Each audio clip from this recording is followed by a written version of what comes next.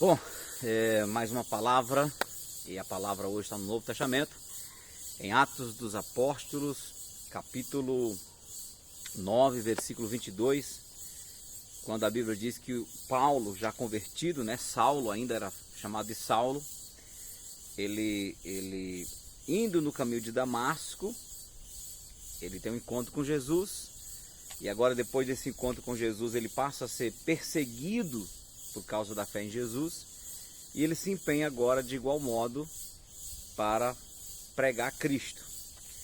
A dedicação que ele tinha para perseguir a igreja, agora ele está se dedicando para pregar a favor da igreja, pregar a respeito de Jesus. E a Bíblia diz nesse versículo 22 que Paulo ele se empenhava muito mais agora para provar que Jesus é o Cristo, né? Então Paulo agora está se dedicando, dentro de uma consciência de quem ele foi. Em nome de Deus ele perseguiu a igreja, agora como ele entende a verdade, como ele foi alcançado pela verdade do Evangelho, ele está agora se empenhando com muito mais força para provar que Jesus é o Cristo. E eu creio que essa foi uma unção e ação direta do Espírito Santo, como foi com todos os outros apóstolos. Você vai perceber que os apóstolos eles tinham essa palavra intensa, provando para todo mundo que Jesus é o Cristo. De repente, alguém possa dizer, poxa, mas é porque naquele tempo as pessoas não acreditavam direito, então eles tinham que falar tanto e muito de Jesus. Eles combatiam o gnosticismo, combatiam as ideias de que Jesus não tinha ressuscitado, Jesus não era Deus, e assim todos os apóstolos que escreveram, que temos registros deles, demonstram essa luta, esse desafio de mostrar para o povo da época e provar que Jesus era Deus, que Jesus havia ressuscitado, que Jesus era o Salvador. E trazendo para os dias de hoje, será que hoje nós temos essa necessidade de dar ênfase na pessoa do Cristo, de dar ênfase na pessoa de Jesus?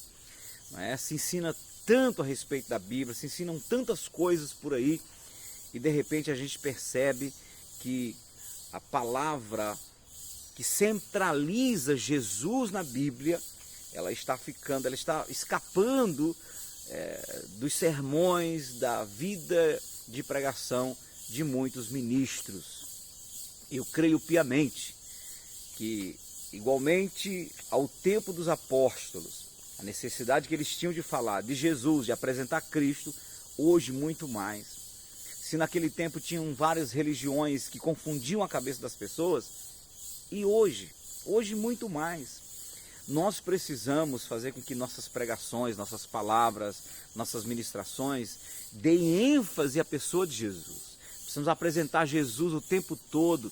As pessoas precisam olhar para Jesus como Deus, não como alguém que ainda está na cruz, mas como Deus que intercede por nós, que vem buscar a sua igreja, aquele que é o único mediador entre Deus e os homens. Precisamos estar sempre lembrando ao povo da nossa geração que Jesus é o Cristo, que Jesus é o centro, que Jesus é Deus, que Jesus é o Salvador, que Jesus é o Senhor, é Ele que reina hoje, e Ele vai reinar até restaurar todas as coisas, e no final, como diz em 1 Coríntios 15, no final de tudo, Ele vai pegar tudo que Ele conquistou de volta, e vai entregar para Deus, para que Deus seja tudo em todos. Mas até que isso aconteça, é Jesus que reina.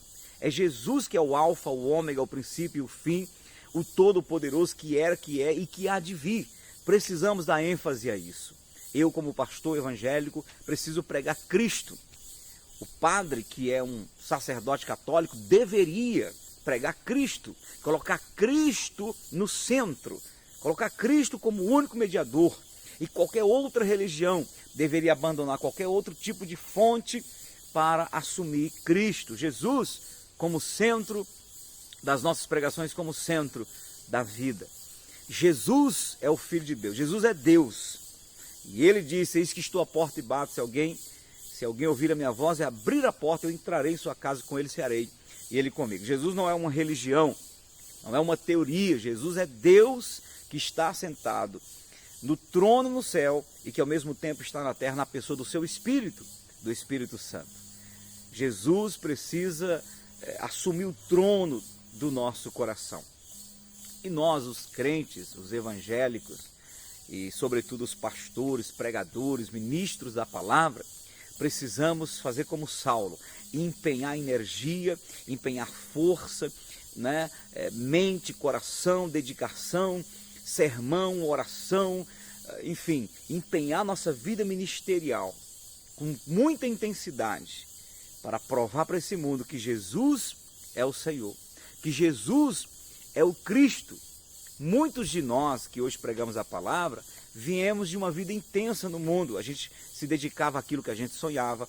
Eu, por exemplo, como eu tocava em banda, eu passava 10 horas em cima de uma guitarra treinando, porque eu queria ser o melhor. Agora, hoje eu preciso fazer muito mais, me dedicando à palavra, à oração, e me dedicando em pregar o Evangelho e mostrar para esse mundo que Jesus é o Salvador.